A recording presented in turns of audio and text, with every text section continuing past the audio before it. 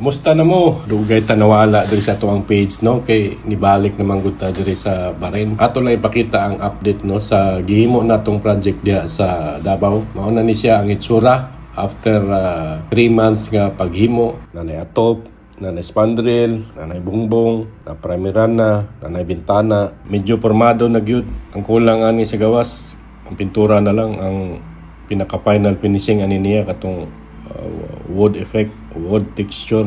Tanaw na to sulod kung unsay update ani. Okay na kayo, naplastiran na, namasilyahan na, ang dato nagigaya tanawon pero dato ra ang budget ani no. Kanang bintana dia tempered glass ang gigamit ana kay delikado na sa taas manggod niya. Just in case simbako safety siya. Ang area ha, mao ni ato ang plano nga kitchen sauna pero ang gusto sa customer outdoor na lang tanan. Anak yun na siya no, basta inato nga paghimo sa balay. Di gyud masunod ang 100% nga plano. Pero ayos lang mo, may gusto sa tagiya.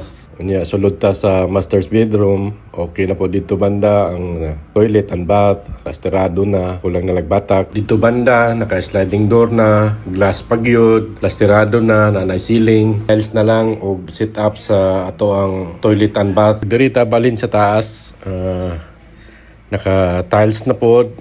Ang mga kwarto, ang hallway, o dito banda, mauto ato ang stock room, naka-tiles na po. O ni ang first floor no. Makita na to diya ang ato ang bintana. Ang sa left side, naka-owning na siya, tempered gapon, o kanang isa tempered. Okay, so dirita sa sulod sa kwarto. O nakabintana na po, naka-glass, naka-masilya na. Medyo okay na po siya. Balinta diri sa pikas kwarto. Nakabintana na po, glass, naka-masilya na. O ang flooring ani, naka-tiles na po. Mao ni ang view sa first floor ha. So ipaning na to right. Okay.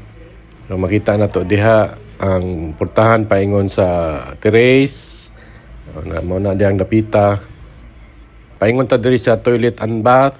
Naka-shower na, kumpleto na ang tiles, ready to use na, na-exhaust. Kita na to yung bowl, basin. So okay na kain eh.